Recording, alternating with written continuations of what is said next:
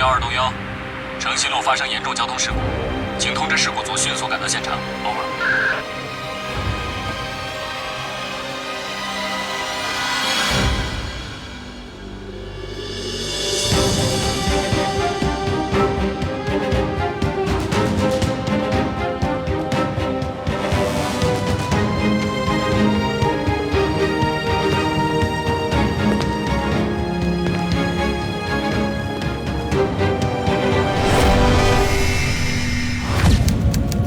我叫薛灵巧，我已经行走人世间400年，不病不伤，不老不死。这400年来，我一直在寻找自己永生的答案，却没想到有一天会躺在这里，等待死亡。放干血就可以杀了我，好像没那么简单。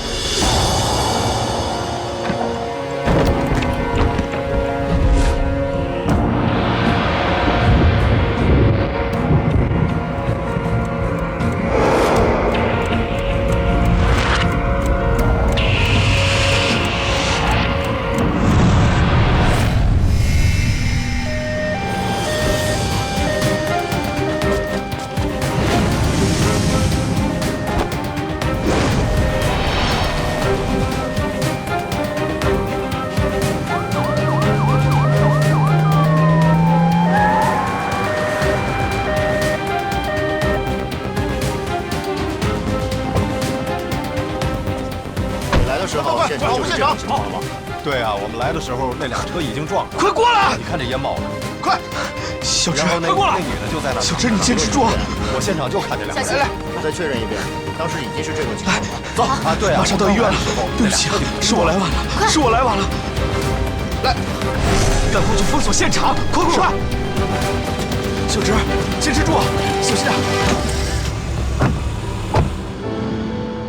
大家现在看到的这具休眠体的名字叫做 Sleeping Beauty。它被人意外发现的时候呢，它躺在一具棺材里面，沉在了湖底。不过幸运的是，这具棺材的封闭性良好，所以棺材并没有进水。这具休眠体现在才可以重见天日。法医验尸鉴定结果为，它的死亡原因是由于颈部动脉被割断，导致失血过多，初步判断为仇杀。对，我们马上就要下高速公路了，大约1小时之后会到研究中心。您放心，我们一定安全送到。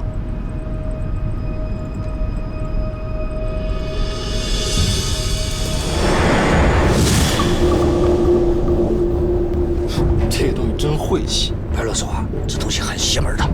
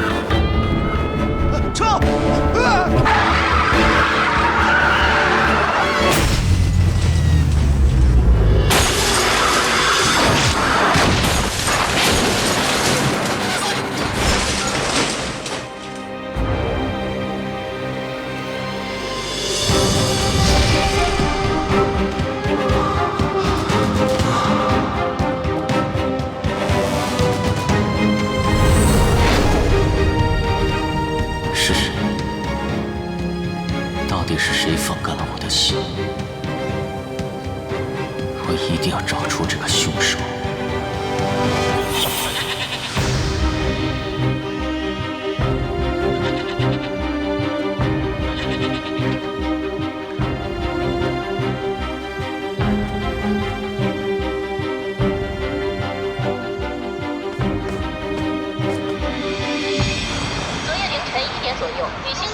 开车回家的路上与一辆货车相撞，2名货车司机当场死亡。目前田径之已被送往医院抢救，生死未卜。不少田径之的男粉丝们在医院门口苦苦等候，等待偶像脱离危险的消息。第一新闻为您报道。为什么我能感觉到这个女孩的心跳？妈，晚上我不回来吃饭了。李先生，你放心吧，这件事只要在网络上一发酵，一你就等着出名吧。那个男人还可以，我看过他微博，岁数大点儿，好像还挺有钱的。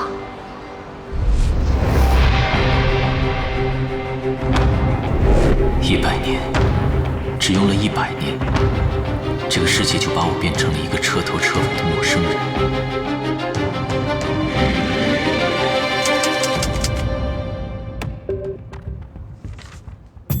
好事好事，拍照拍照。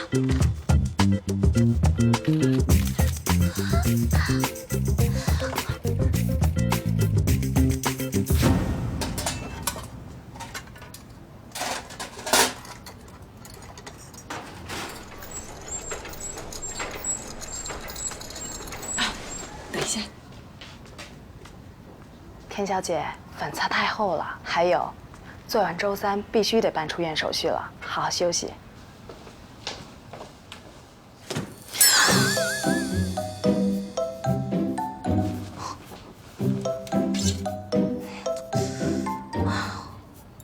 真的好假。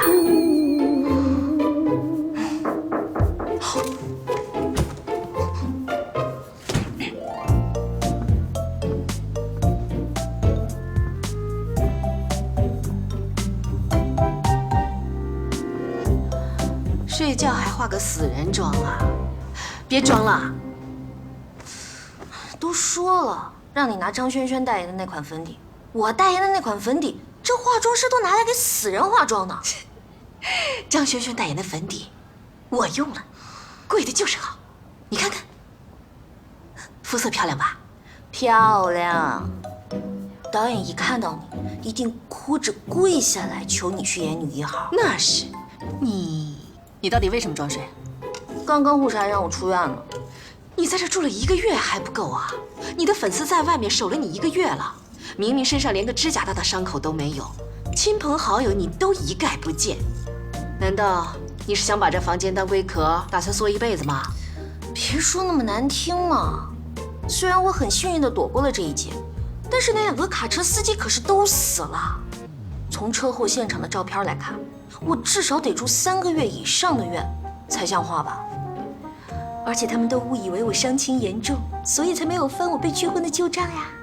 而且人气上涨，哎，你说我是不是否极泰来，开始转运了？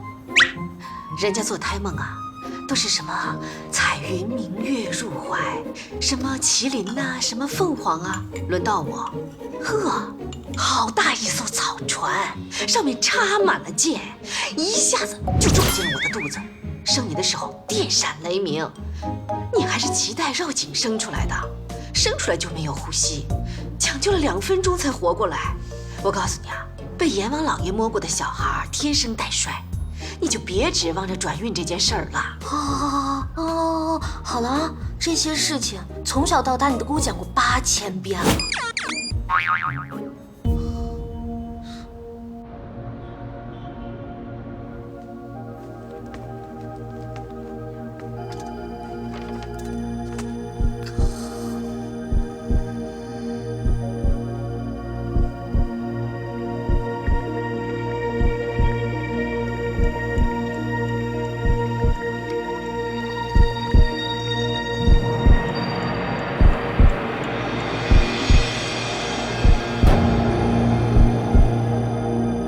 为什么心跳的频率是一样的？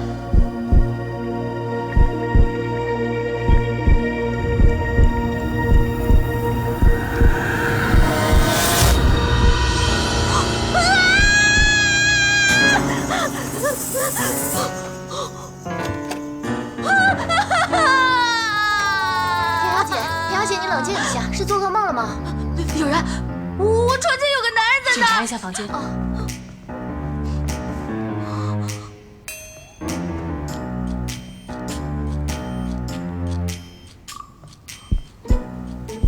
田小姐，你听，好强的心跳声，扑通扑通，你没有听到吗？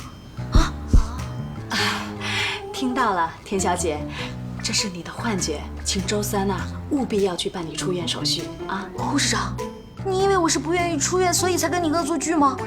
我小学思想品德课可是全校第3哎。晚安。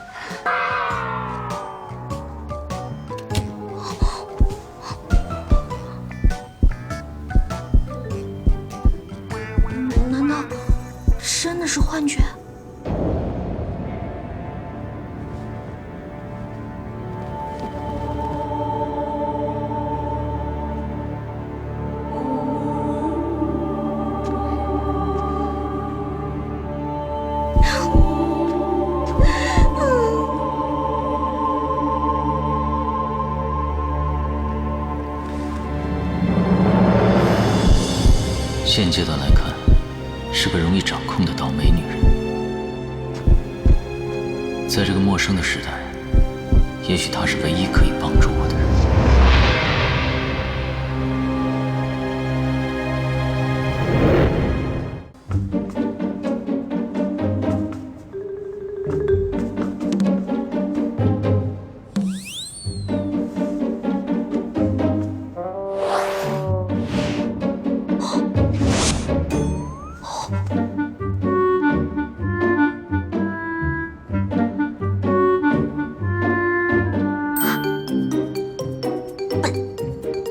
墙之歌，可以翻墙的吗？本小姐上学的时候可是飞天小蝙蝠。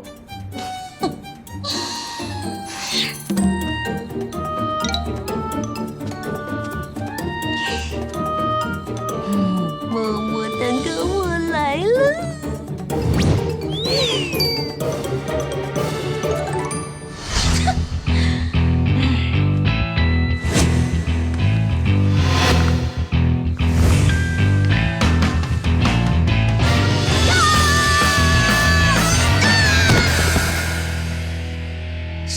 缺德先下水道盖子。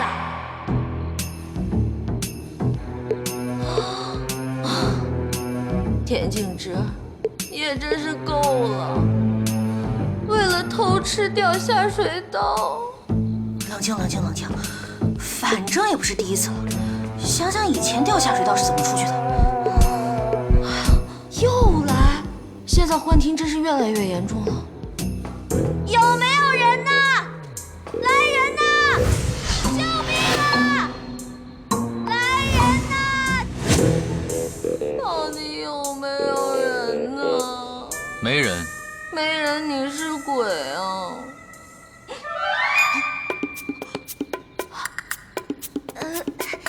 你是保安叔叔还是医生哥哥呀？都不是。那就是病友啦！你赶紧把我救上去吧！不可能。能不能快点救我上去？下面真的很臭。我为什么要叫你上来？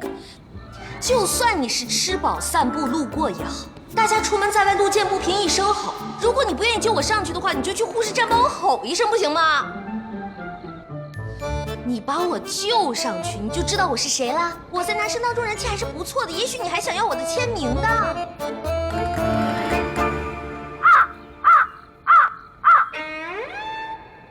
好吧，给钱也行。大哥，你到底要怎么样才肯救我出去呢？你回答我几个问题。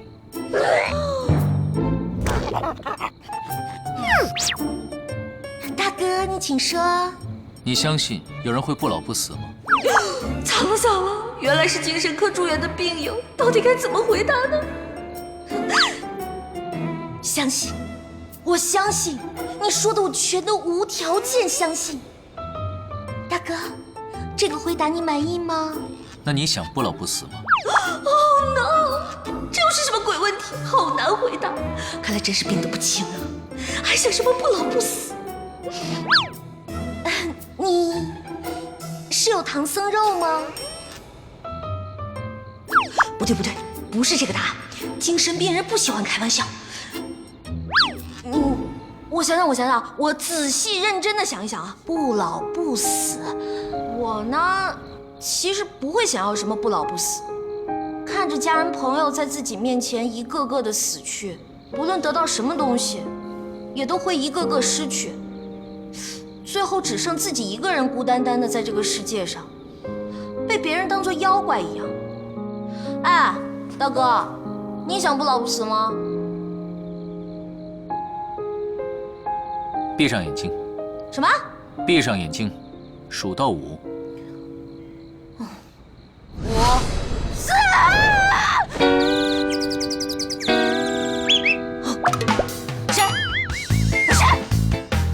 谁在偷袭我？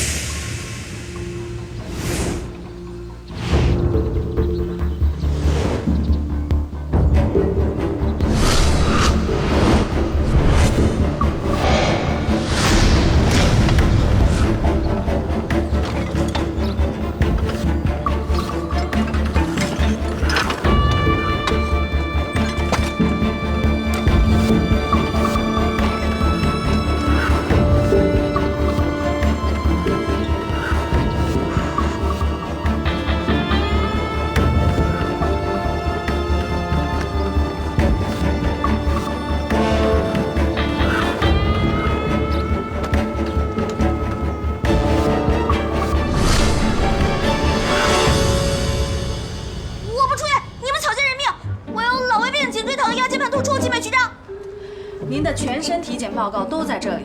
身体好的真是让人嫉妒，就连骨头都好像会 bling bling 闪闪发光一样。女明星就是会保养。你们怎么能骂人呢？像我这样勤奋的多奇女艺人是肯定有病的，没有病才有问题。就连我们家门口诊所的老爷爷都说我节食减肥会导致我的胃缩成口香糖那么大，皮肤由于缺少脂肪会干瘪成老菜皮。哎，要不这样吧，你帮我做一个激光近视眼手术，我可以500度的近视加散光。田小姐，你1周前就做了视力检测，检测结果为2.0，现在您可以去办理出院手续了吧？要投诉你们眼科，有谁出车祸能把视力都装好的？我有病，我不出院，我打死都不出院，我绝对不出院。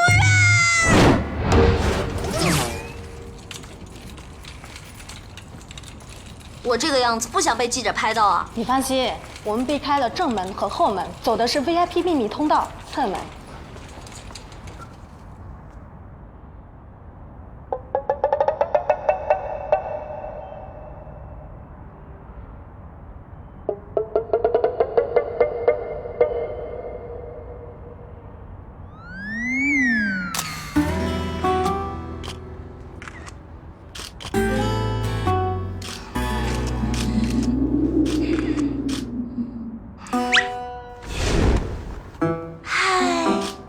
大家好。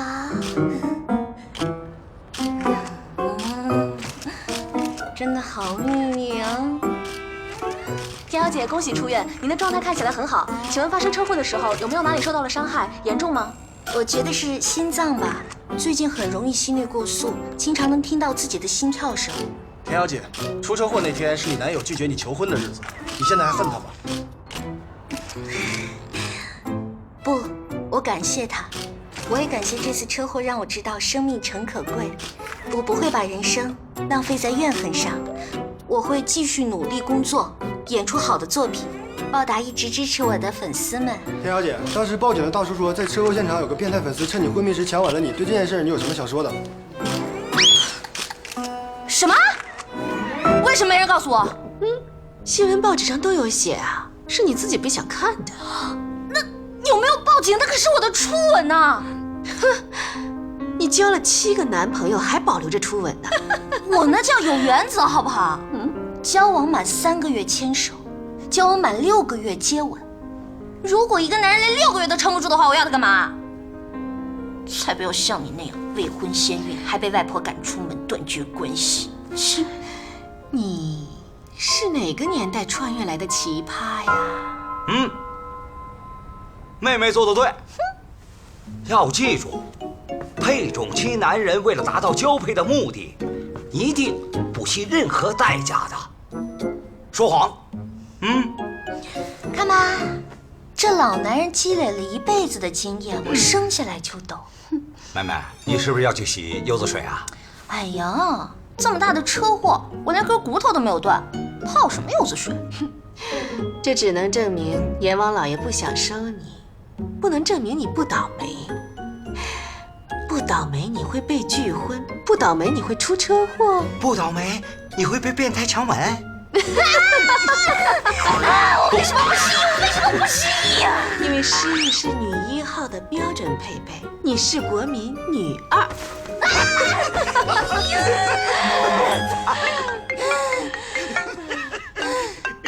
小燕来电话了，接不接啊？真是贤王不收，小鬼难缠。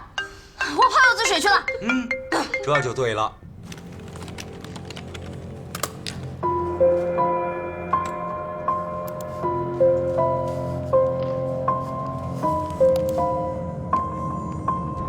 研究材料丢失的事，进展怎么样了？我们还在努力地找。李警官调取了那晚全市路口的摄像头，筛查可疑车辆，同时也在筛查有条件储存休眠体的仓库和个人艺术馆。那田径直那边呢？还没有消息，一直拒不见人。作为车祸的唯一幸存者，李警官那边也盯得很紧。都1个月了，你知道这具休眠体对我们的重要性，一定要尽快找到。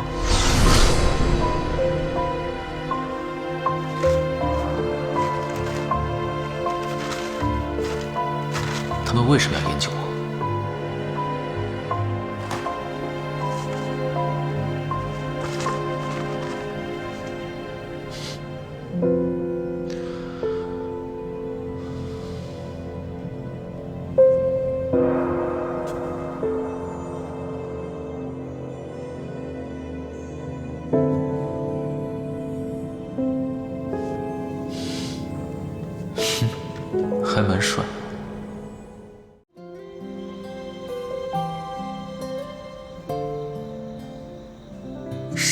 以消肿啊？什么可以消肿？哎，这个黄瓜可以消肿。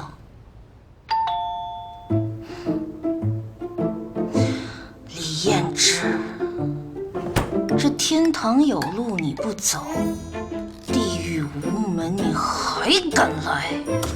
去死吧！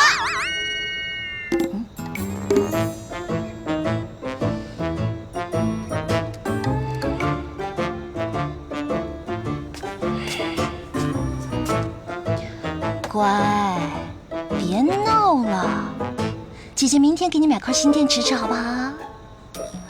你要再敢乱叫的话，即使你价值236.8块，我也会拿黄瓜敲爆你的头啊，知道吗？想清楚回答我啊！Good boy。啊！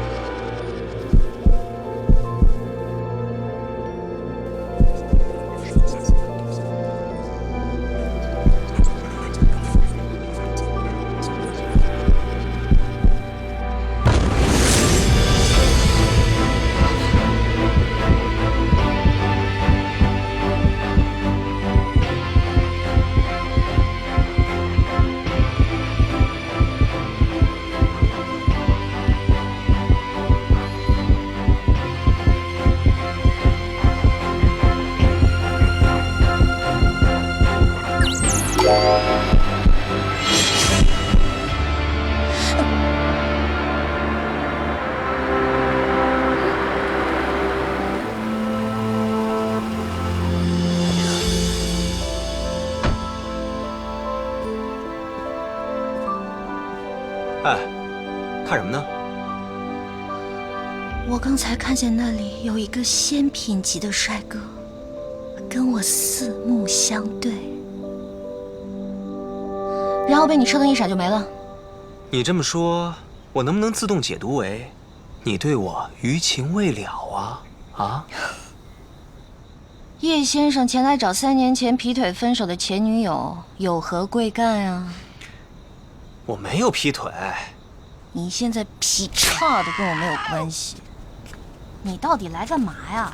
要是探病的话，赶紧滚啊！本小姐不负责满足第6任前男友的泛滥同情心。脾气还是那么坏啊，怪不得被人拒婚了。多谢夸奖，不过你叶琛先生这辈子都不可能享受到拒绝本小姐的快感。哎呀，我明儿还有拍摄呢，书不远送啊！哎，田静植，我来找你是有正事儿的。田静植，你听我说，你出车祸那晚跟你相撞的那辆卡车上装的是我们研究中心花重金从私人博物馆那里租起来做研究用的休眠体，但是当警察赶到现场的时候，棺材摔得粉碎，休眠体也不见了。这就是私人博物馆给那具休眠体拍的宣传照。他生前竟然还生活在这里，那这回被你们租借回来也算是荣归故里了哈。死亡原因：颈动脉被割断，疑似被仇杀。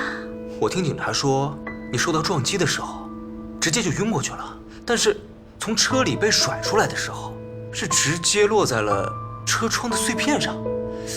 你仔细回想一下，那个时候有没有什么不同寻常的地方？不是说卡车司机疲劳驾驶吗？难道休眠体还能自己爬起来跑掉？虽然警方事故鉴定是司机疲劳驾驶所致，但是我们的休眠体丢失了，这很有可能是一场蓄谋已久的谋杀盗窃案。如果真的是谋杀，那把你害进医院的人，你也很想找到吧？我再欣赏一下。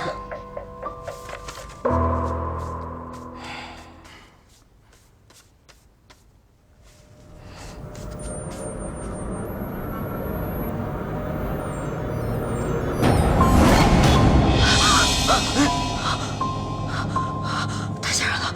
怎么了？你是不是想起什么来了？我什么都不记得。田静植，你快离开我去！你怎么了？走！哎，田静植，你走，你再好好想想吧。你丢了东西找警察，不关我的事儿。你要再来的话，我告你骚扰。哎，是叶人渣把这脏东西带来的，一定是。冤有头债有主啊！快跟他走，快跟他走！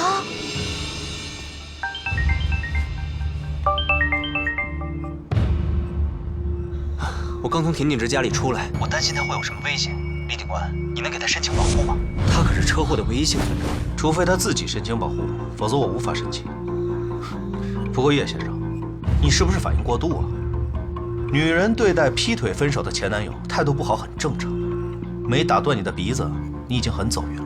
李警官，我私下透露给你一点消息，这具休眠体作为研究材料非常特别。如果有其他研究机构知道了这具休眠体的特殊性，我相信他们会不择手段，想尽办法也会想要得到它。所以，就算我们的前女友田静植小姐什么都不知道，处境也不是那么乐观。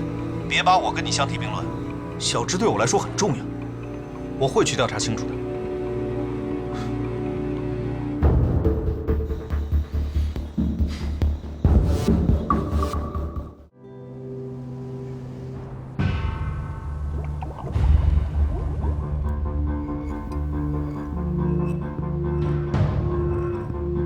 叶琛，我听玲玲说你去见了田静植，她真的看起来状况很好吗？如果我没有亲眼见到她的话，也绝对不会相信，活蹦乱跳的，骂起人来还是跟以前一样有气势。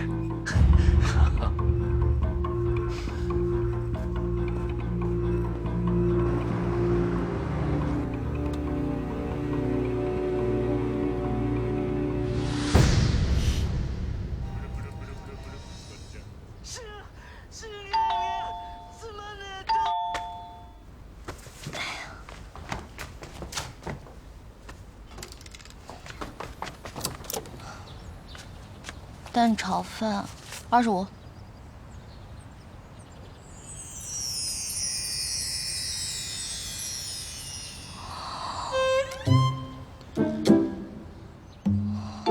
我可以进去吗？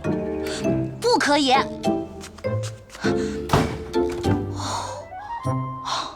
幸好我提前得到消息，这菠萝台策划的整人节目，制片人没有一个有节操的。太歹毒了，竟然使用美人计！他们去哪儿找的这个类型啊？完全就是为了消灭我而设计的吗？哼！不过想要整我呀，你们还差100年呢。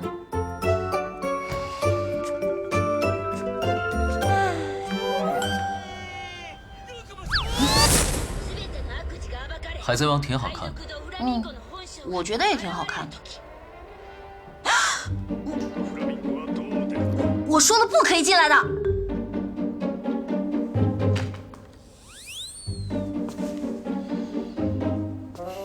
听到了？你是刚才那个人的双胞胎兄弟啊？如果是的话，我可以进来吗？不可以。那我不是。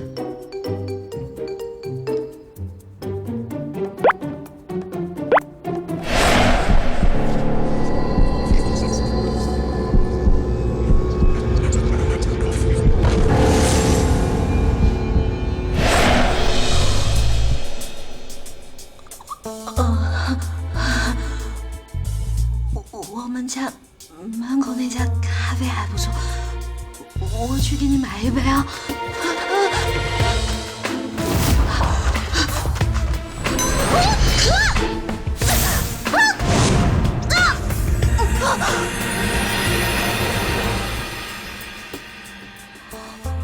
如果我真想杀你的话，你觉得你能跑掉吗？倒霉的小姐，你是那具休眠体？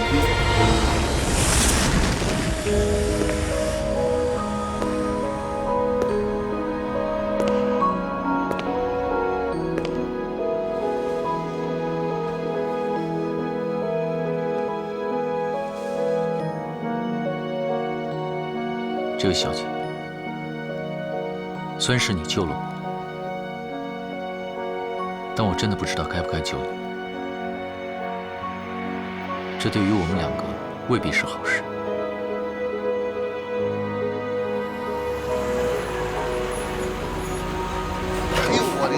塞，出车祸了！哎，那姑娘还活着吗？还活着，不过马上要死了。报警了吗？哎呦，先报警，先报警！哎呀，这么年轻的姑娘要死了，你说家里面人怎么活呀？哎，110吗？哎，对。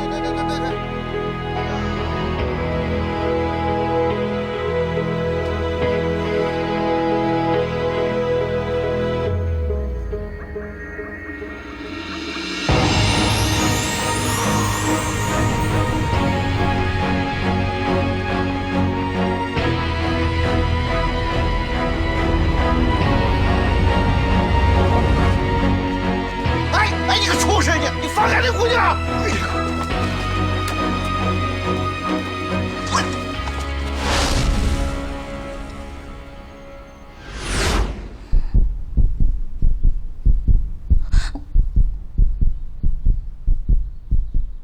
你现在的心跳已经超过120了，想问什么就问吧。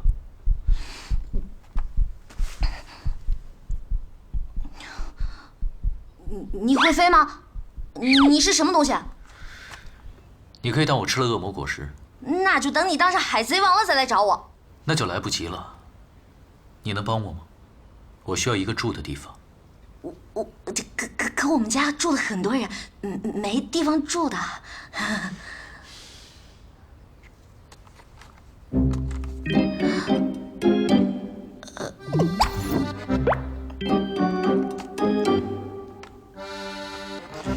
这里除了你，我不认识任何人。我只是需要一个住的地方。找到我要找的人就走，不会打扰你很久的。作为回报，在借住期间，我会保护你的安全。安全？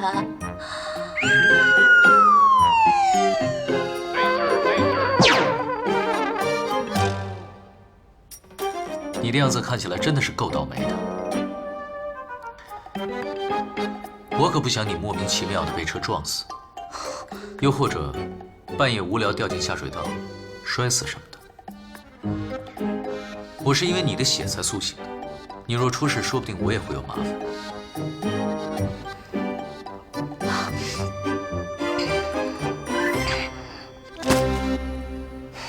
好，住在这里可以，没问题。江湖救急嘛。不过现在有几个问题，我们需要坦诚的来谈一谈，深入了解一下彼此内心的真正诉求，还有生活习惯以及基本的背景情况。说人话。你是什么物种？从哪里来？400多年前我是正常人类，后来发生了一些怪事，于是我就变得不老不死。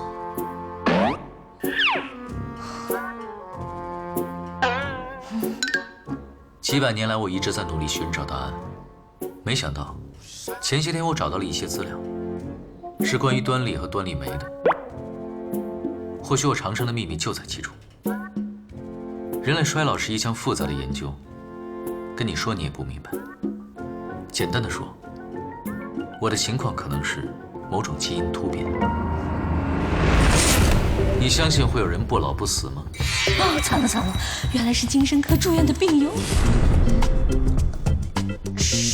上回把我从下水道里救出来的神经病也是你，对不对？救命啊！我这是召唤出来个什么鬼东西啊？你吃什么呀？我比较喜欢人类正常饮食中的液体。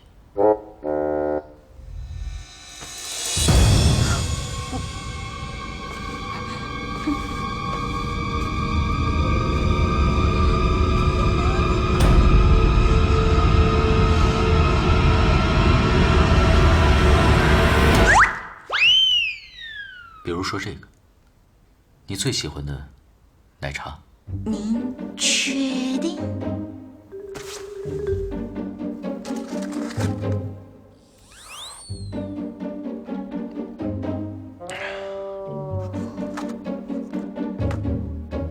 现代人连最基本的信任都没有。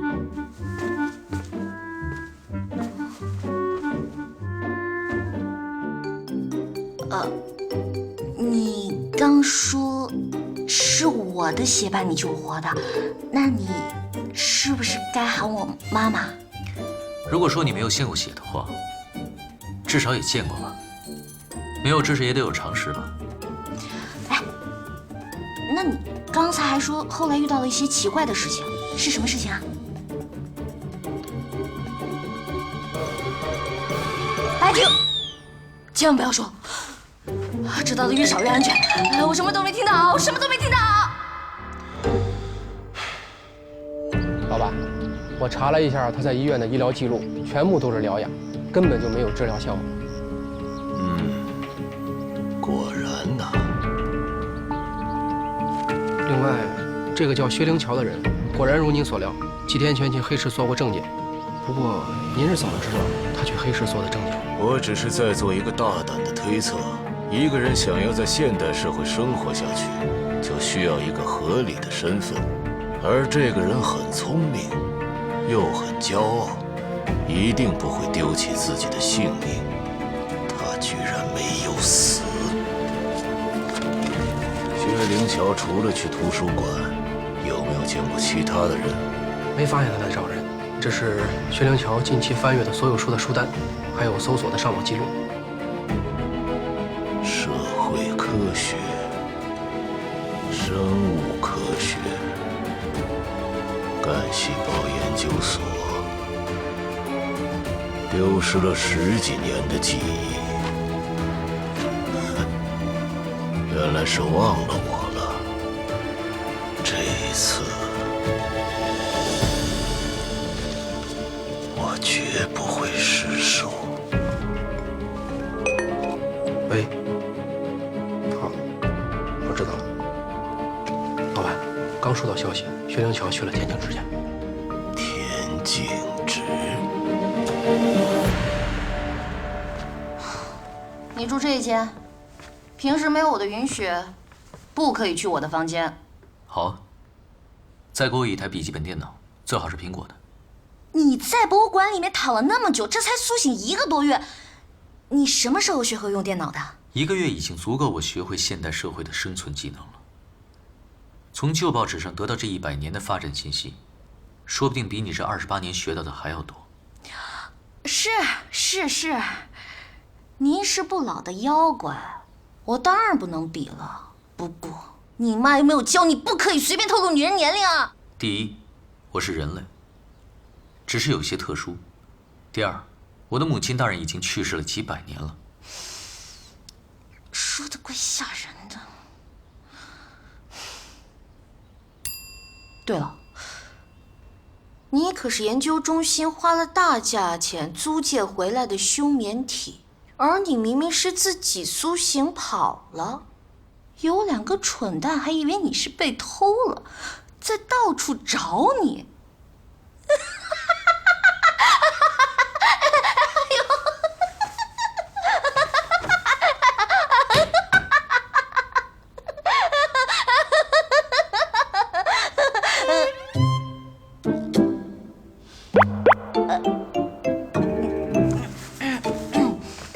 你刚才说的那2个蠢货，是你的第6人和第7人，对不对？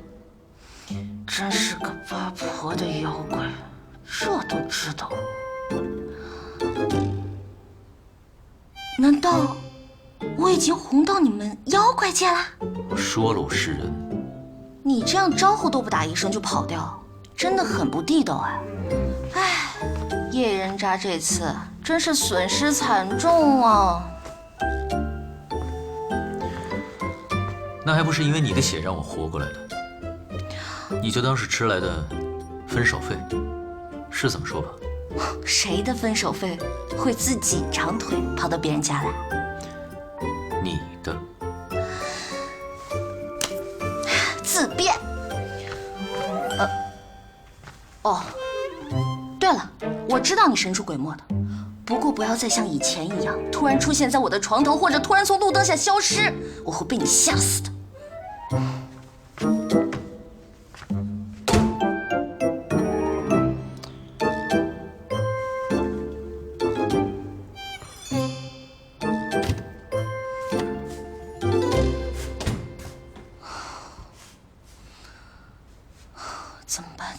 怎么办？对了，在线求助。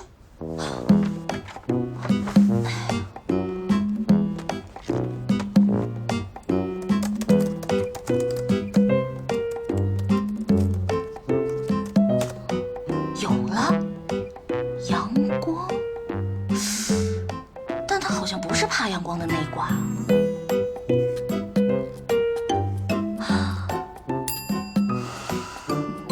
原来妖怪最怕的是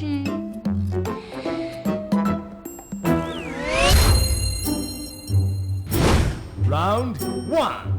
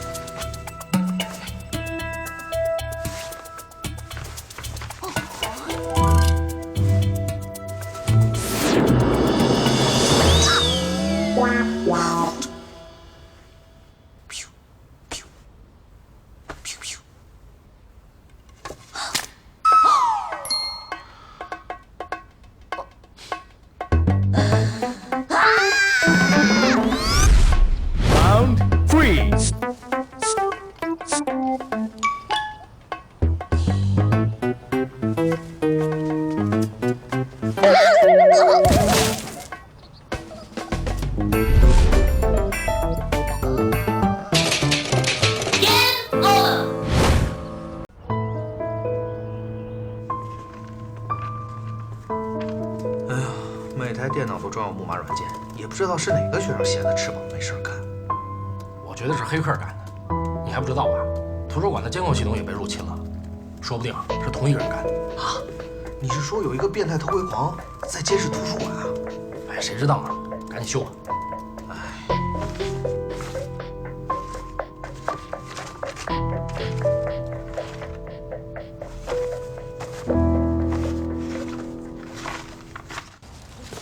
调节。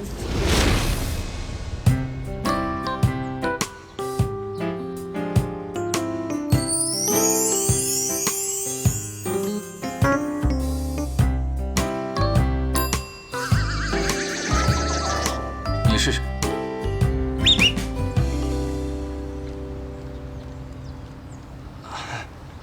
请问这里是田小姐家没错吧？请问你是谁？我叫冯洞洞，我是田小姐的助理，冰冻的冻，因为我妈生我的那天下了好大的雪。钥匙门口站着一只动物园里逃出来的猴子，你让他进来，他是我助理。进来吧。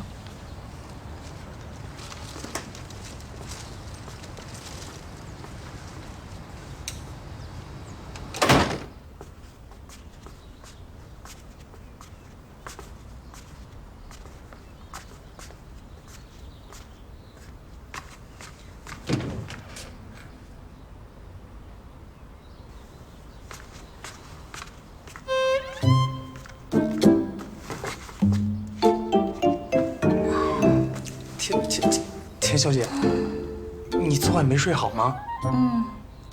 折腾了一晚上。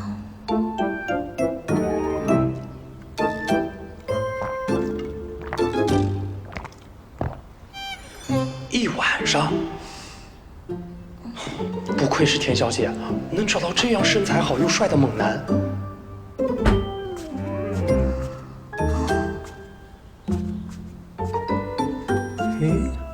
好像在哪儿见过。你知道的，我们家表兄弟加起来有18个，他就是18罗汉之一。你不用管他，他过2天就走。表兄弟，你是不是这2天论坛上热议的那个图书馆男神？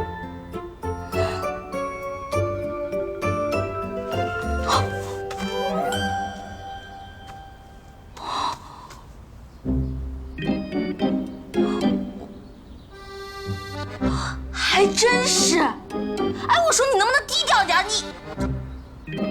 你也想进娱乐圈你？不能删掉。不能。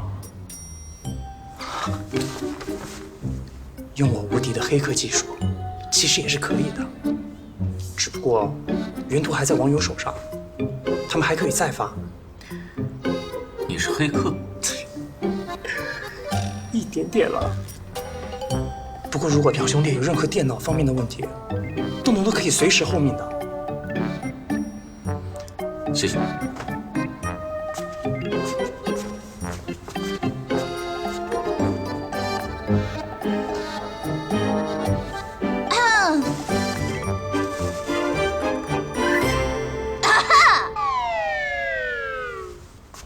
冯东东，别搞错了你的主子啊！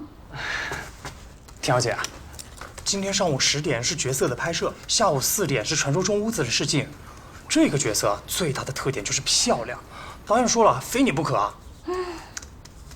好没挑战啊！你也没演技啊！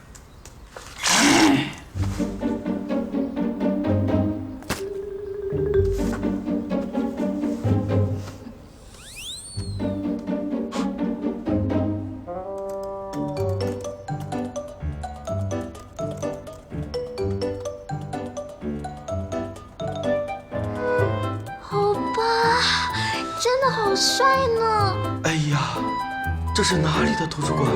求剧透，求组团偶遇。老公，想你，么么哒。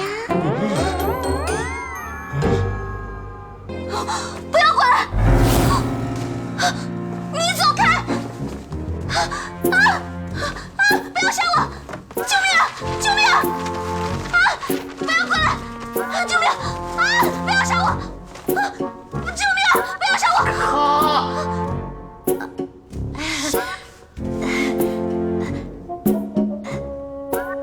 导演，刚才我演的怎么样呀？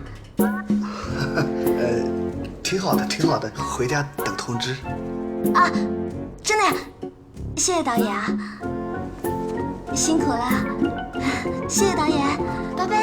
下一个准备好了。下一个。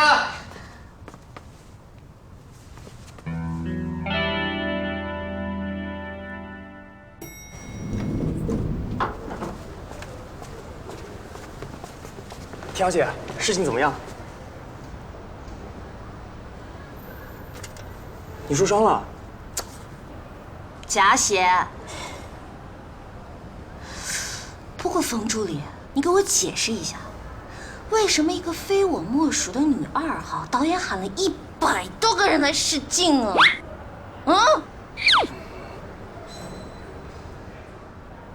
买了？啊，最好的品种。不过，田小姐，你买这个干什么呀？榨汁。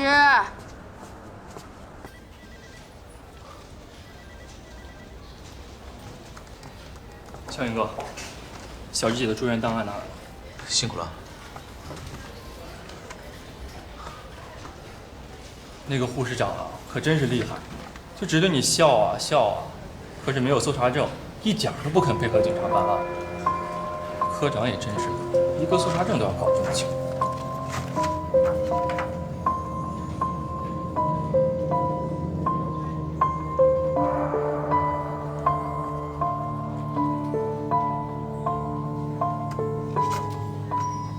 小杨哥，有哪里不对劲吗？出血量不对，小直身上没有可以出那么多血的伤口。如果不是小直的血，那这些血很可能是盗窃者的。有鱼仔，跟我去趟医院找这条裙子。好，我去开车。快！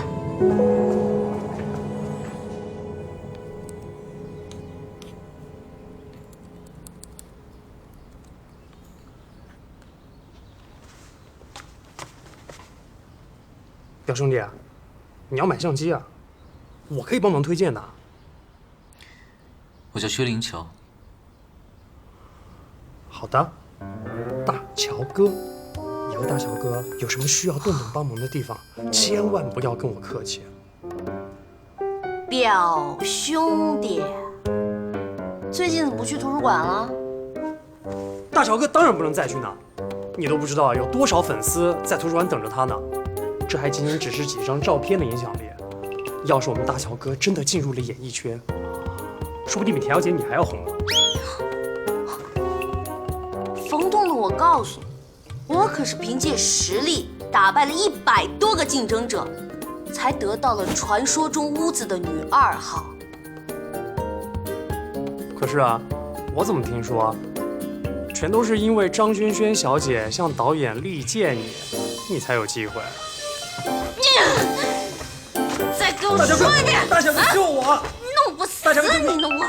大乔哥，再说一遍！大乔哥救我！大乔哥救我！你好，你说那位收藏家去国外了，他多久回来？我希望尽快拿回玉璧。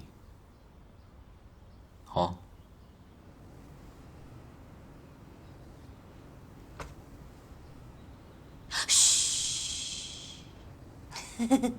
我没钱借给你，千万别跟我借钱啊！拜拜。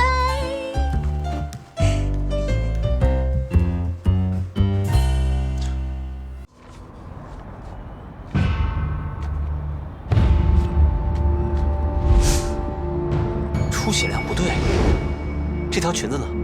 是的，我发现出血量不对，就去医院找这条裙子。护士说这裙子不见了。你的判断是对的，现场应该有第3个人。你以为是谁把我变成妖怪的？不对。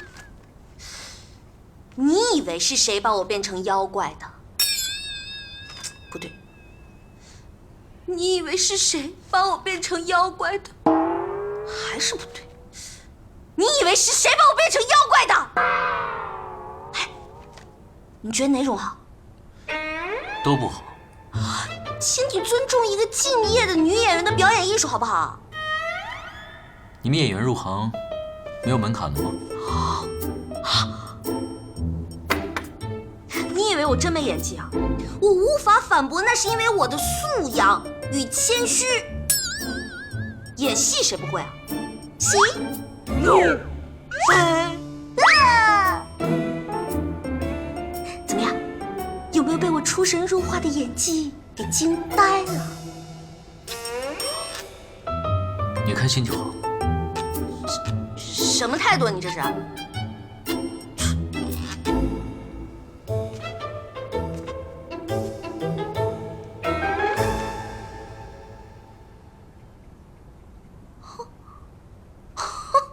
自恋狂！别关那个页面，我在想办法联系一个人。你不是不认识别人吗？他高祖父家里面有一幅画，他说，画里面的人跟我长得很像。如果真是这样，那有可能，在100多年前，我和他高祖父有交情，所以我想联系到他，看看他高祖父是否还有其他的遗物，或许能指引我更快地找到仇人，到时候很多事就会水落石出了。你以为写剧本呢？这么巧？我又不是怪物，我怎么会知道怪物在想什么呢？怪物就在我们家呢。徐妖怪，想采访你一下，你是怎么样变成这样不老不死的呢？我再重申一遍，我不是妖怪，我跟你一样，我也……知道了，你是人嘛？哎，说800遍了，你气量真的很小哎。现代人都喜欢起外号，知不知道？哎，赶紧回答问题，徐妖怪。你不是说不想知道我的事情吗？是不想知道你跟仇人的事儿，但是为了艺术嘛，勉强可以牺牲一下啦。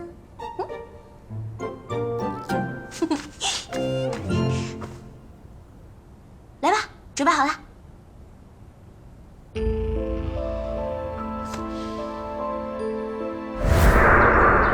老爷夫人，神医请到了。来，神医。老爷夫人。来这边请，快，快请，快请。沈姨请。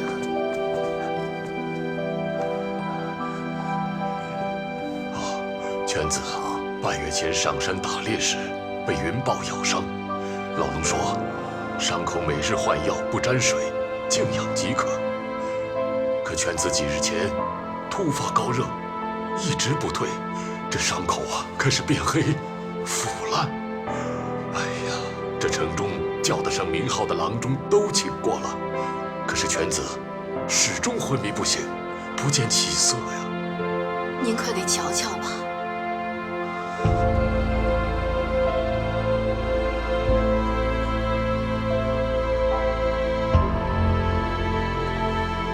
怎么样啊？大人、夫人，请借一步说话。好，好，好，好，沈姨请，请。请。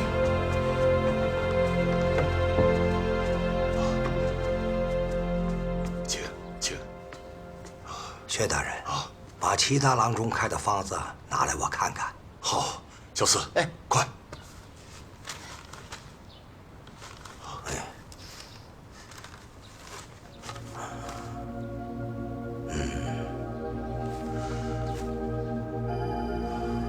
都是止血消肿的方子，倒也没错。既然没错，为何犬子变成这样啊？人被疯犬所伤，毒液通过牙齿、口液传播，可患恐水症。云豹是捕猎高手，性情凶猛，他的毒液怕是比疯犬更加凶猛，也未可知。看令郎的情形，毒液已进入了肺腑。如果光割去腐肉，排挤脓液，也是光治标不治本，恕老朽浅薄。我从来没见过这等凶险的病症，恐怕只能死马当活马医了。哎呀，神医都束手无策，看来犬子的命是真的保不住了。还请神医务必救犬子一命啊！笔墨。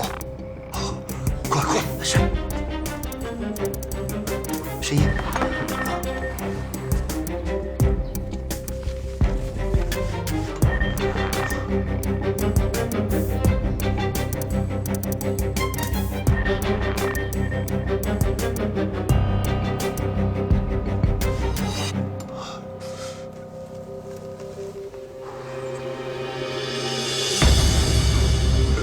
这砒霜。乌头，这，我这个方子是剧毒之物，其药效凶险霸道，以毒攻毒，同时放血排毒、禁食，以参汤吊命。用不用，还请大人和夫人自己再做决断。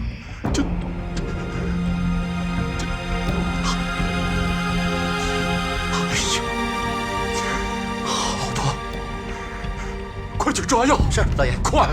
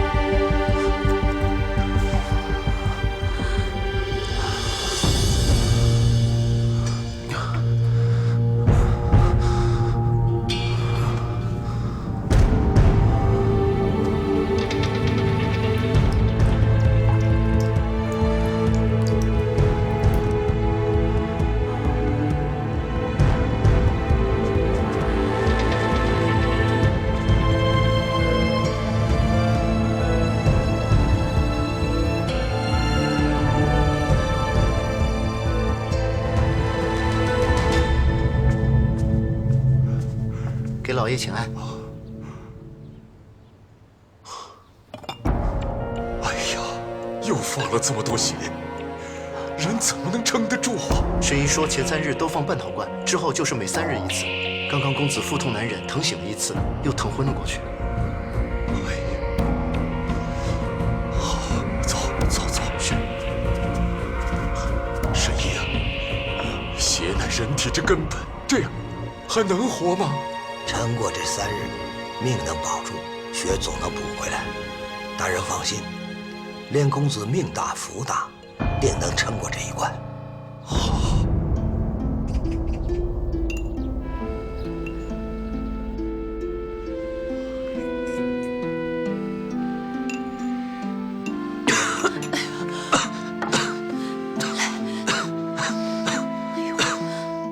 这是怎么了？啊！要不喝碗参汤试试啊？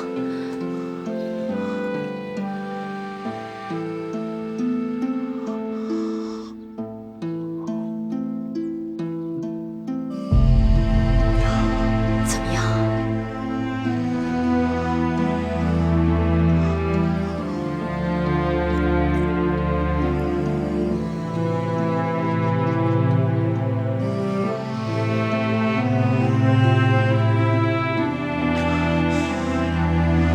老爷，慢着，下去吧。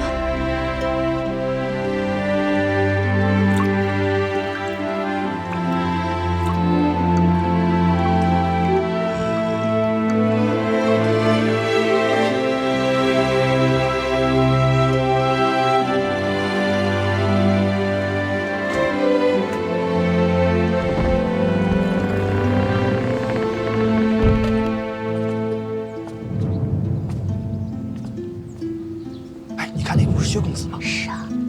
哎，走快走快走。最近发生了何事？没啊，没什么事儿。他们不都爱嚼舌根吗？哎，公子，您不是要去茶楼吗？我们走。哎，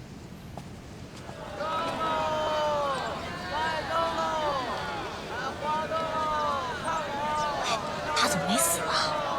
薛家公子啊，被豹子咬了以后又不好了，一点饭食都不进，每日啊还要放1海碗的血，喝2碗穿肠毒药，不是变成怪物还能是什么呀？哎呀，前2日啊，将军府上大晚上去退亲，出来也邪了门了。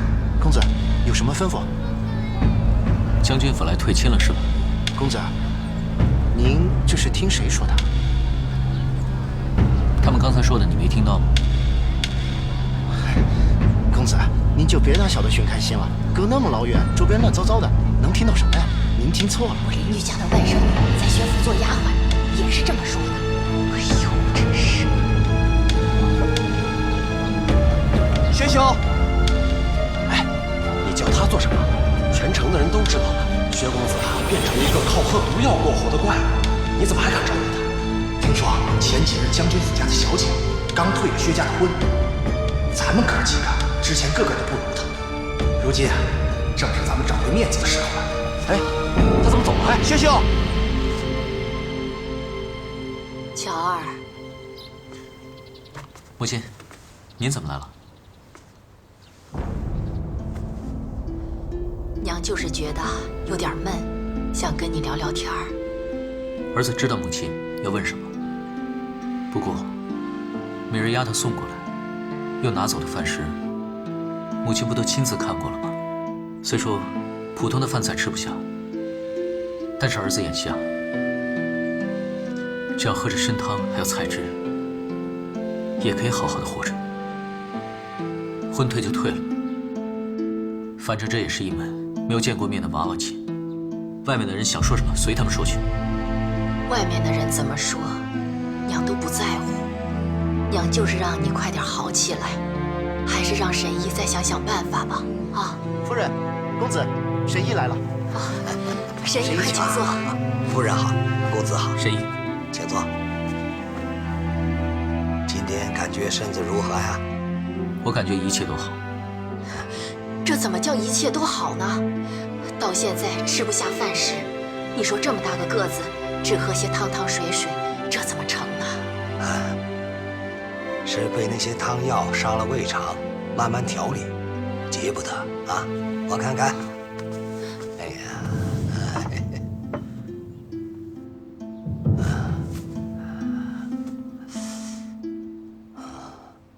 烧酒。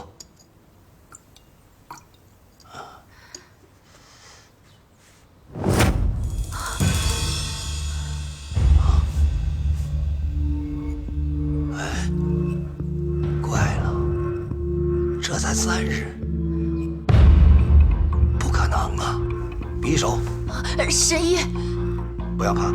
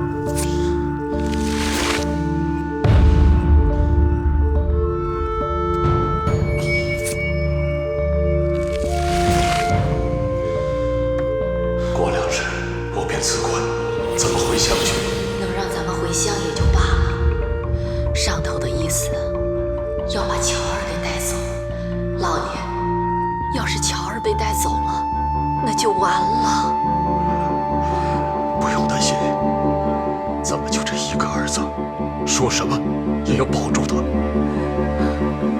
快！五排门都杀进去。等你们杀进去，怪物早就跑了。再给我半个时辰，后门就没人守着了。到时候我带大家从后门悄悄进去。好，走，走，快！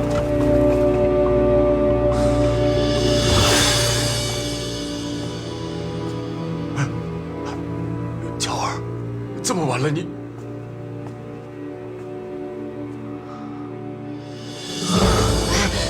乔儿，你这是做什么？母亲大人，父亲大人，请听孩儿把话说完。如今孩儿身体异于常人，留在家中恐为家族留下祸端，后患无穷。怎么，你要走？唯有离开，父母才能过太平日子。我要寻遍名医，总不能莫名其妙的。 就成了怪物，受人诟病。哪是什么怪物？娘懂你的意思，走吧，走吧。只要你好好活着，娘就无所求了。父亲、母亲大人，请你们恕孩儿不孝。此次一别，不知何日才能重逢。望孩儿好。 保重身体。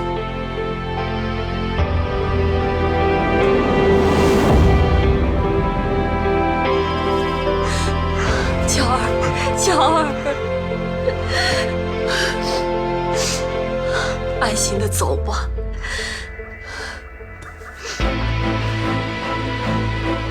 这个是老祖宗留给娘的，现在。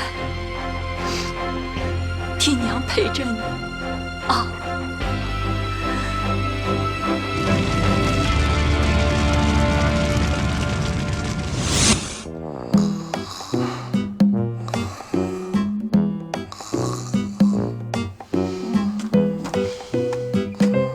你以为是谁把我变成妖怪的？是药。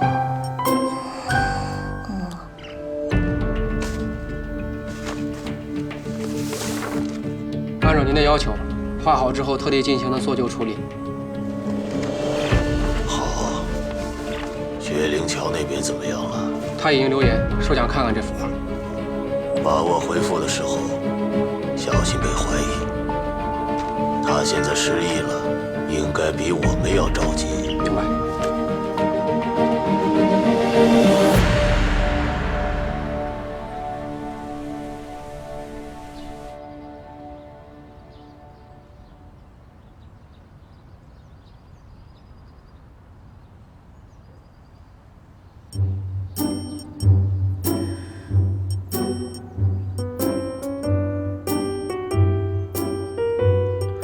我的胸口不是公共设施。徐妖怪，我知道那个奇怪的心跳声从哪来的。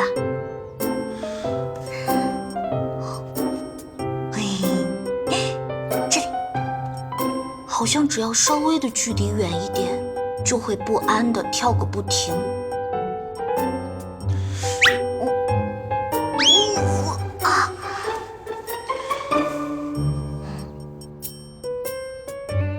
由于是你救了我的原因，所以我们两个人的心跳频率是相同的。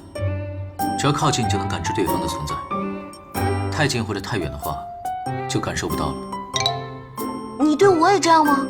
只要你情绪波动大一些，无论多远，我都能感受得到。难道这就是电影中传说的心电感应？我更愿意称之为相互牵制的作用。那范围呢？不清楚。其实我也是第一次碰到这样的情况。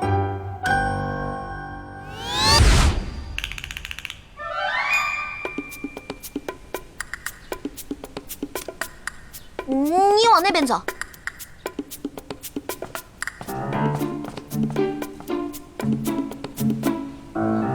听不到，继续走。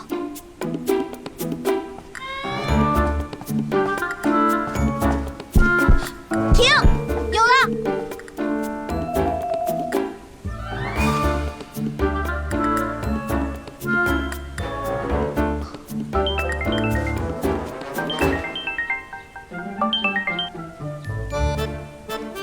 大概100米就能听到你的心跳了。你再继续走，看看多远听不到。好。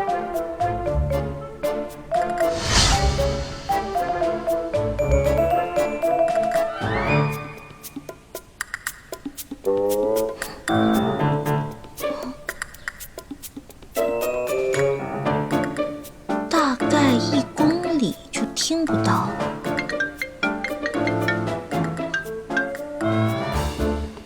已经很远了。现在心跳声还很大，继续走。能听到吗？能。你确定？继续走。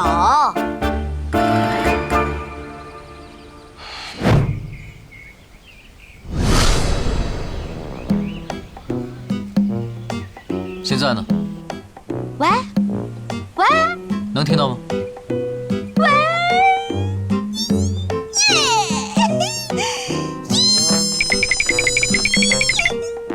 再见！500公里以外的血妖怪，永远不要再回来啦！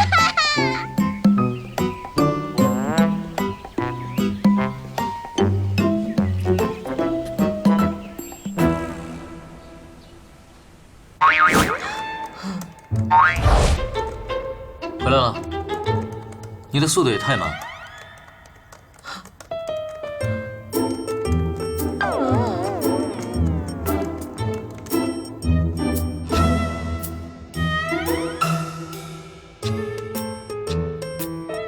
大仇未报，需要想个办法，让他主动留下我才行。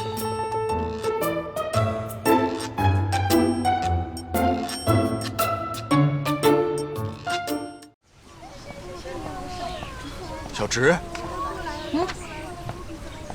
李教授，好久不见了。刚下班经过，看你在这边。我听叶琛说你恢复得很好。是啊，这什么事儿都没了。那些等着看我毁容的人都气得半死。哎，对了，安妮现在有10岁了吧？当初我跟叶琛分手的时候，她气着哭着都不肯见我们。现在应该长大气消了吧？我离婚2年了，安妮跟她妈妈去美国了。不好意思，我不知道。没关系，是我对不起他们，只顾着工作，忽略了他们的感受。对了，很多车祸之后都有后遗症，医院有时查不出来。你现在要是没事的话，不如跟我去一趟研究中心，抽个血，做个更详细的检查，就在学校旁边，很快。不用了，我没什么后遗症的。这后遗症刚开始症状表现的没有那么明显。真的不用了，我真没什么后遗症。那边可能会拍到我，我先过去了。李教授回见。哎，小直，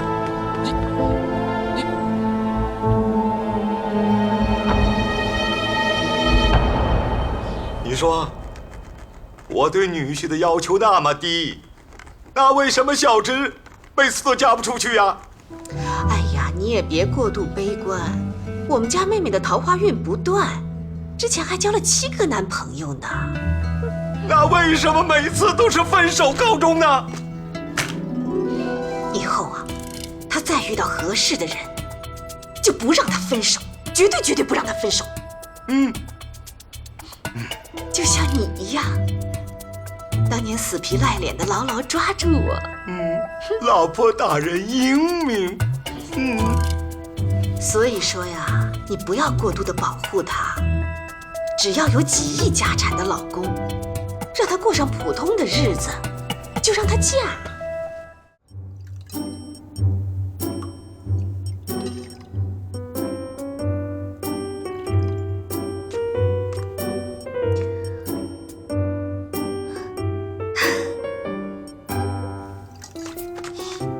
徐妖怪，你活这么久，给谁熬过粥啊？那就是没有啦。就知道我在你心目中的地位不一样。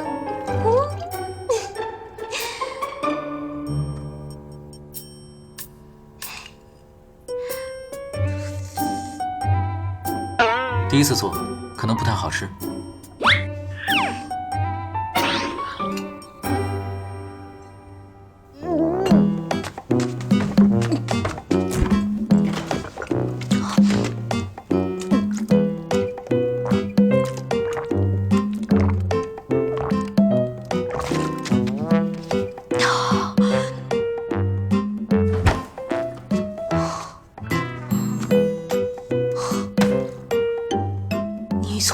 星球上学的黑暗料理啊？我看书上说，米、水、盐，小火煮1个小时，哪里不对？你到底放了多少盐？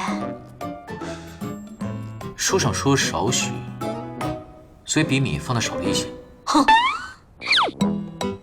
这个咸度完全可以把我储存起来，世世200年不化。连小燕那么笨的人都会。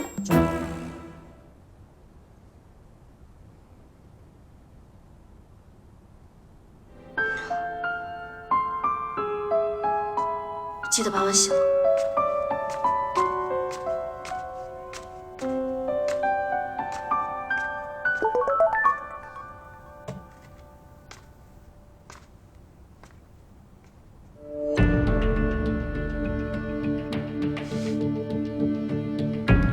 已将画和明天见面的时间地点发过去了。好，明天的收网务必万无一失。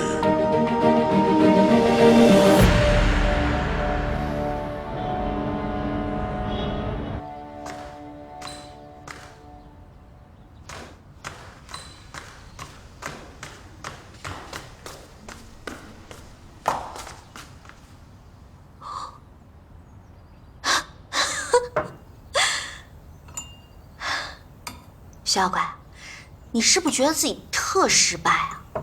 活了500年，连个粥都熬不好。我不是厨子，有什么关系呢？倒是你，当演员竟然不会演戏。你说谁不会演戏啊？我现在就出门演戏去。你呢？不会在这准备熬1天粥吧？我告诉你小心啊，别把我们家厨房烧了，要不然我要你的妖蜜。我联系上那个收藏画的人了，约了一会儿见面。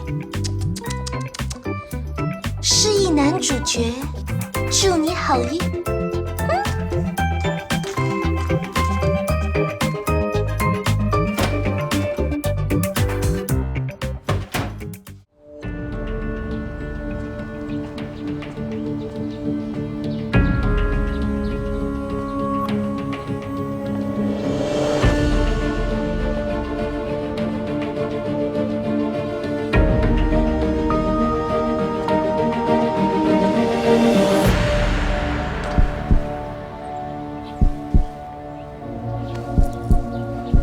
需妖怪进入感应范围，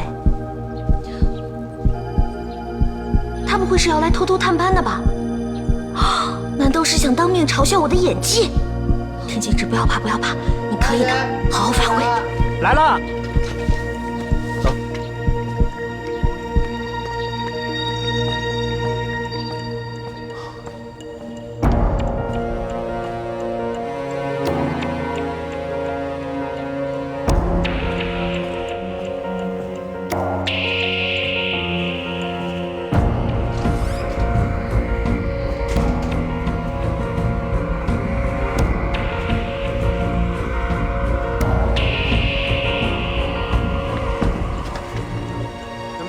开机，3、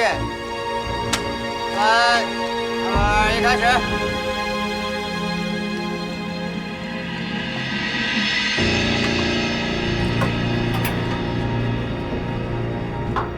到底是谁把我变成怪物的？你不清楚吗？而且我为你做了这么多，你心里没数吗？既然做了那么多，那么也不差这一项。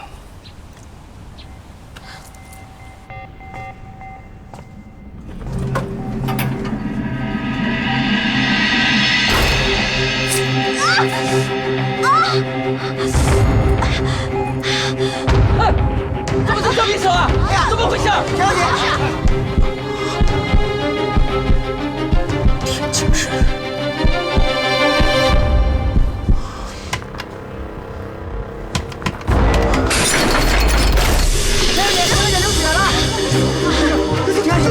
这怎么回事？这是？快！送小医生去！快！你怎么回事你？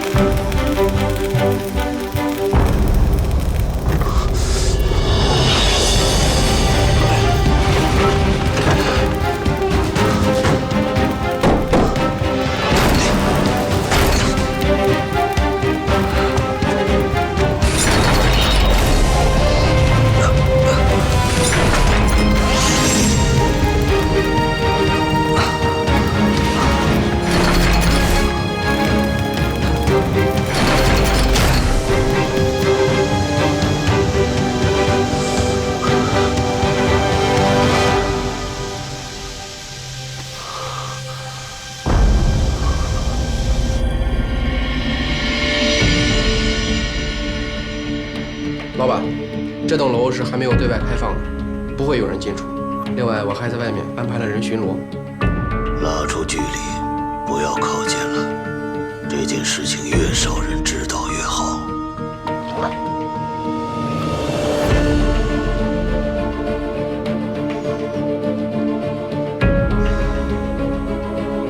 骄傲的猛兽，等你冻上1天1夜，抽干你的血。我看你还怎么骄傲！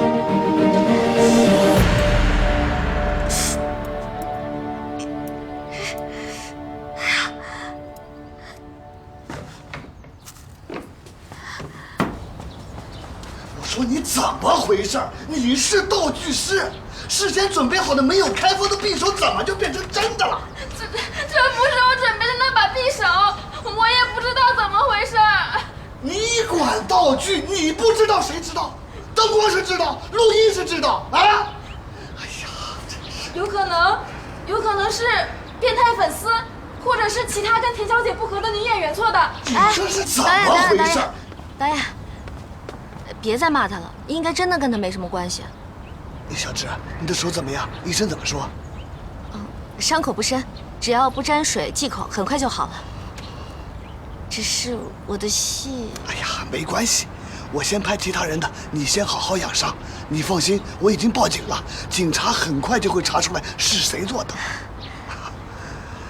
那什么，你赶紧先回家先休息休息。哎，谢谢导演。走。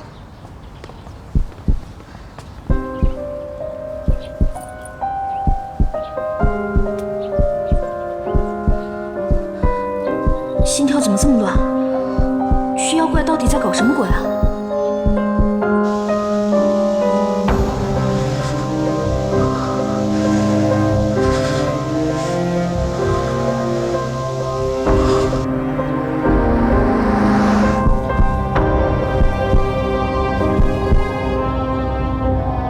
停车。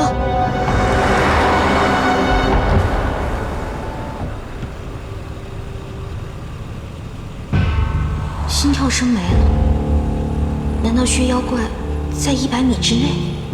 田小姐，能下车吗？下车干嘛？我要赶紧回家养伤了。哦，走吧。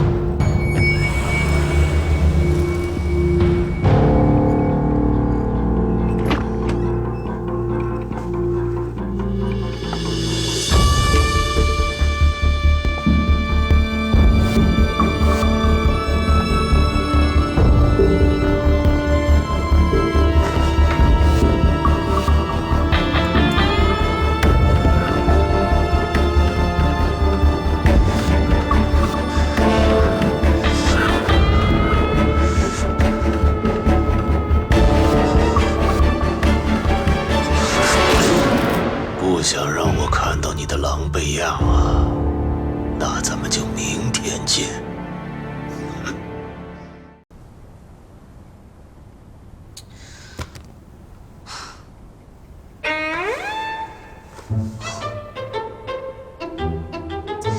薛妖怪怎么还不回啊？他不会看完那幅画，想起仇人是谁，自己报完仇跑了吧？薛妖怪终于自己滚蛋了，我自由了！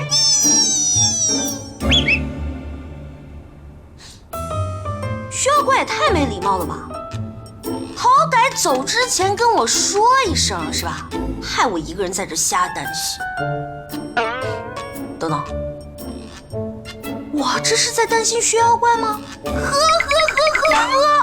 这个笑话也太好笑了吧！哼，我巴不得他分分钟消失。哼，再说了，他这飞檐走壁的，也没有谁能对他怎么着。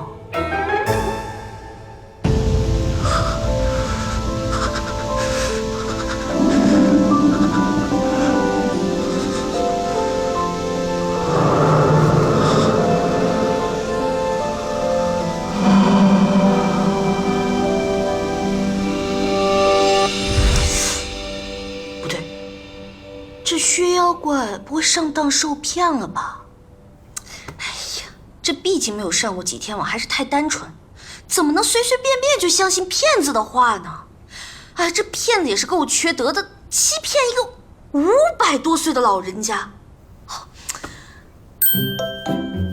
咦，不过这是一个千载难逢的好机会，我应该立刻、马上、现在出现在他面前，羞辱他。行动！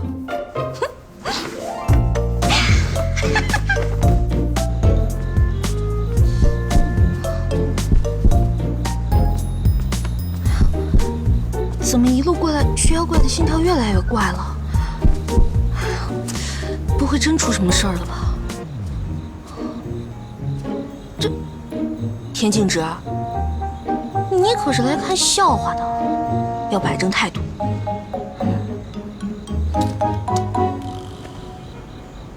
但这一看就是没有启动的写字楼啊，怎么会有人约在这儿啊？对不起，您拨打的用户暂时无法接通。打不通？在电梯里？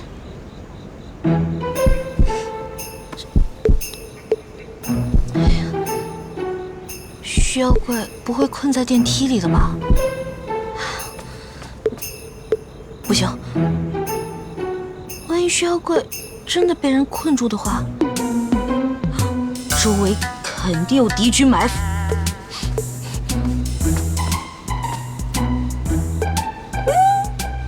走后门，嘿嘿。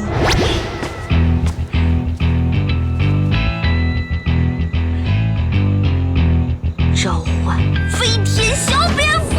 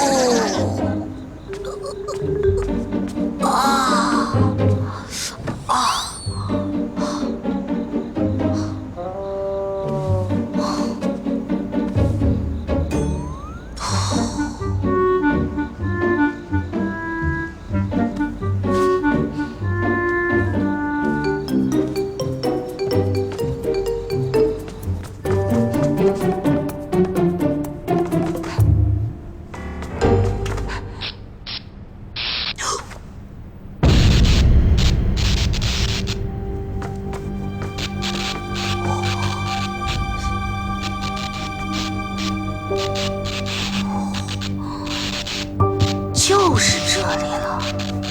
哎，田径之，你就可以当女特工了好吗？薛灵桥，薛妖怪，薛妖怪。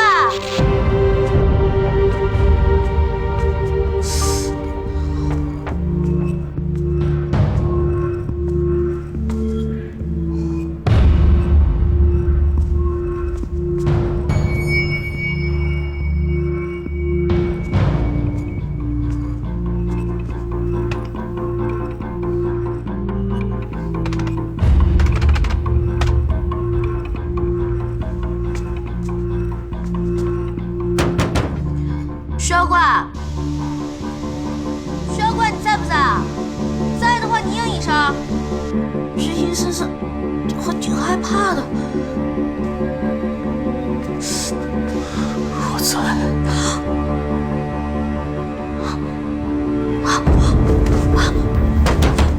薛妖怪，薛妖怪，你没事吧？好了。你等等，我报警。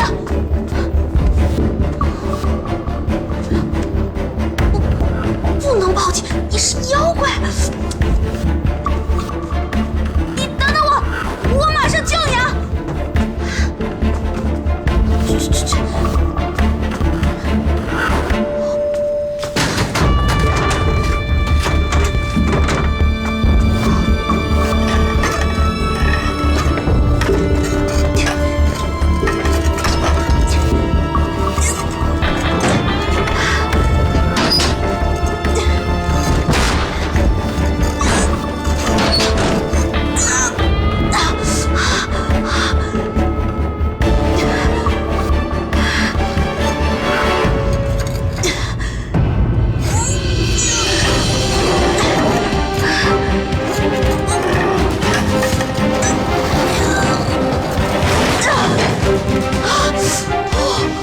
这怎么跟冷酷似的？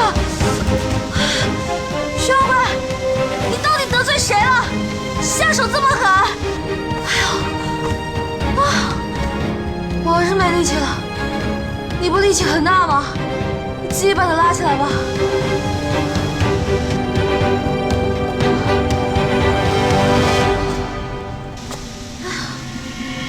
薛妖怪，这超能力不抗冷啊！那怎么办啊？哎，你坚持一下，我马上想办法啊！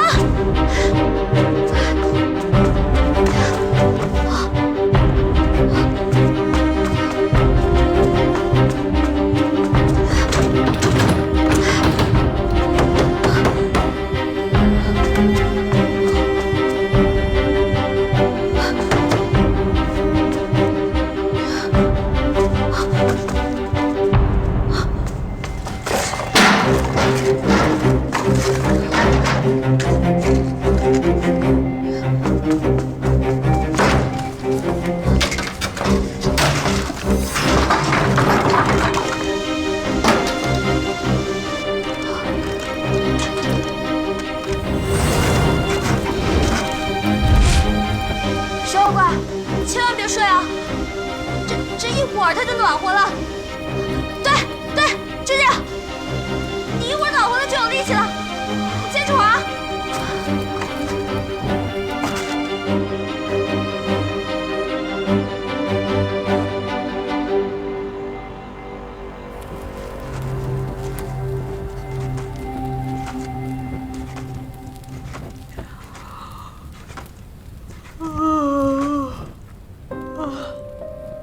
薛妖怪，我跟你说，你以后再也不能轻易的相信那些所谓的网友。那电脑前坐的是个人还是条狗，你都不知道。还有啊，以你的身体呢，就应该随身携带暖宝宝。这暖宝宝是什么呢？就是你往身上一贴，一会儿就发热了。不过，想着你满身贴满暖宝宝的样子，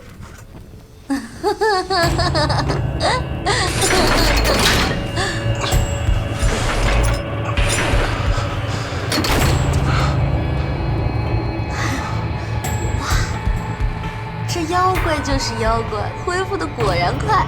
嘿嘿。哎呦，妖怪你！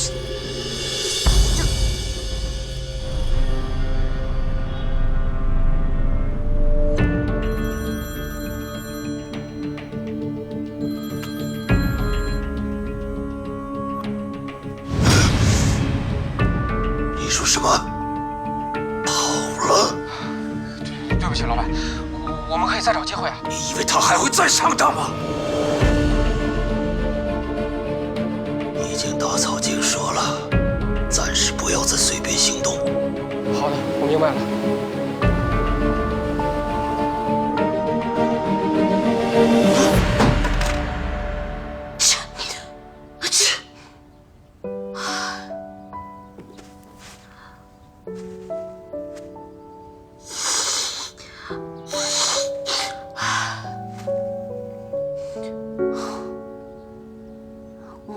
去救什么妖怪吗？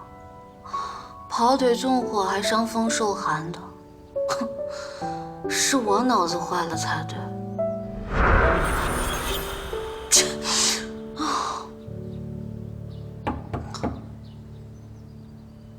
感谢的话不用说了，救你我已经后悔了。我们谈谈。谈什么呀？关于你的一切我都不感兴趣。上当受骗那是你自己的事儿，我只希望你能尽快离开，别再给我添什么麻烦。哼，还说什么保护我，现在到底谁保护谁啊？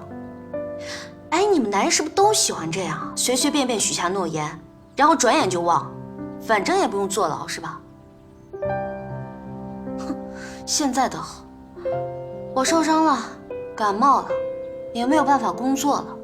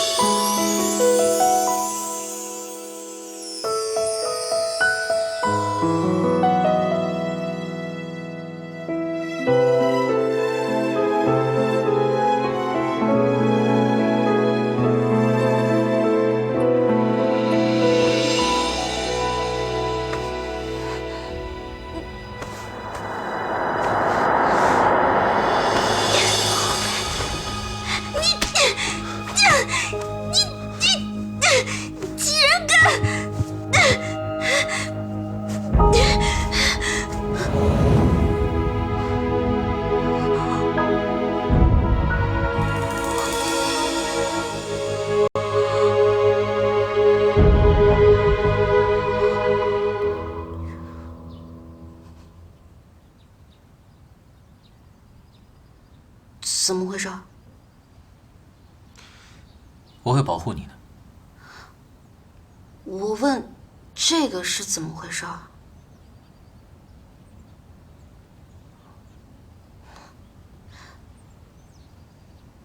人类伤口的愈合需要时间，如果突然愈合，很容易引起怀疑。而且昨天的事情你也知道，在那种虚弱的情况下，我没法威胁给你。停！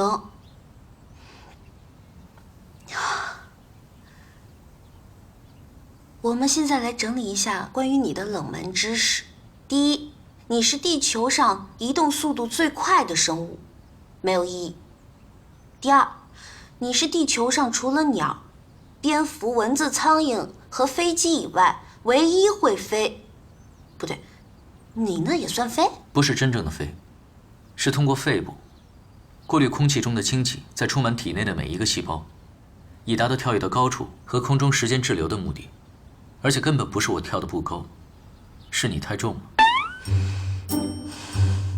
我知道了，你就像大街上卖的氢气球一样。另外，本小姐的体脂控制得非常完美，一点都不胖。好，没有异议。第三，你的血是可以治愈任何疾病和伤口的超级特效药，所以车祸后我不仅没死，还百病全消。你做了好事为什么不告诉我啊？每当我试图开口告诉你，你就捂着耳朵跑得比兔子还快。那你也应该把我的手拉下来，大声地告诉我嘛，搞得像偶像剧里面那些男的一直在那说“你听我说，你听我说”，女的就说“我不听，我不听”。然后他们就像复读机一样循环对白。你听我说，我不听；你听我说，我不听。有这个你听我说的时间，什么误会都解决了。什么是偶像剧？听起来好像挺有意思。就比如说你跟我俩从外形上来看呢，就是一部偶像剧；可是从实际发生的事件上来看呢，就是一部恐怖片儿。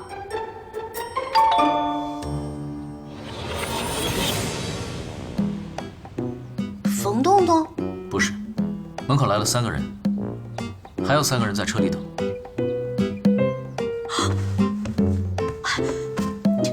徐小怪，快躲起来！我为什么要躲？少废话，不然我分分钟收回你居住权！不是说和剧组的人员相处得很好吗？你到底是得罪什么人了？他才不会得罪人呢，平时可会装乖了，剧组上下都爱他，除了同组的女演员会不喜欢他。不过昨天就已经把有作案动机和时间的女演员都排除掉了。所以说，这就是典型的死了都不知道得罪了谁。什么？你为什么非让自己的人生过得这么辛苦？普通一点不好吗？小姐可以准备换药了。不用，那个，我觉得昨天那个医生的包扎技术非常好，我觉得我需要谨遵医嘱，明天我去找他换药。你确定你现在这个样子叫包扎技术很好吗？这内容大于形式，我说不用换就不用换了。谢谢你啊，劳烦你费心啦。可是这样会感染的。哎呀，别管他，他就是个胆小鬼，怕疼，按着也得换。我说不换就不换。田径直，你能不能不要这么任性啊？手心留疤会变断掌，到时候更倒霉了。张轩轩，我告诉你，赶紧给我放开，要不然……快姐，快姐，按住他，跟你绝交啊！别让他动，快姐，快姐，快姐！你放开呀！哎呀，不好意思，不好意思。碘酒没了？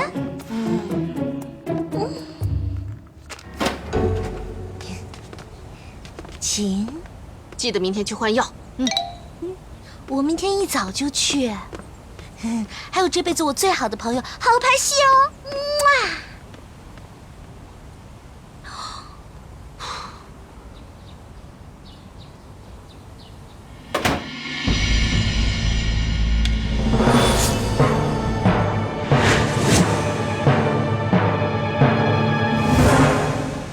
我们谈谈。谈什么？你夺走我初吻的事儿。夺走你初吻？别给我装失忆。车祸的时候，被目击到强吻我的变态就是你吧？你知不知道初吻对一个女人来说有多重要？我生命中最期待的美好事情之一，就这样莫名其妙的被你给毁了。请问这个世界上有这样报答自己救命恩人的人吗？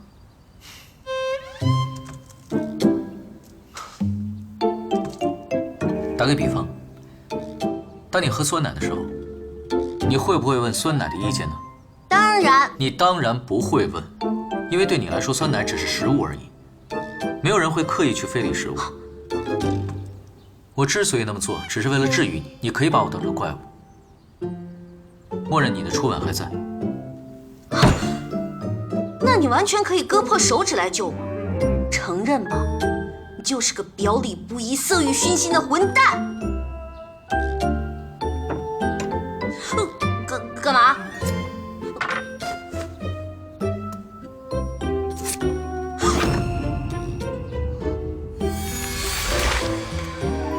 我只有用舌尖才能控制愈合的速度。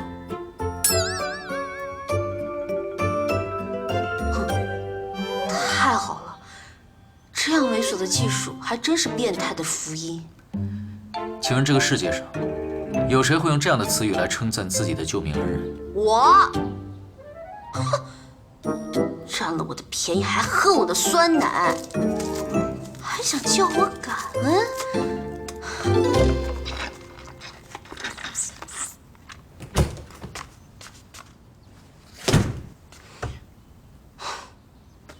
不行，一定要把他赶走。什么基因突变的怪物，根本就是个大色鬼。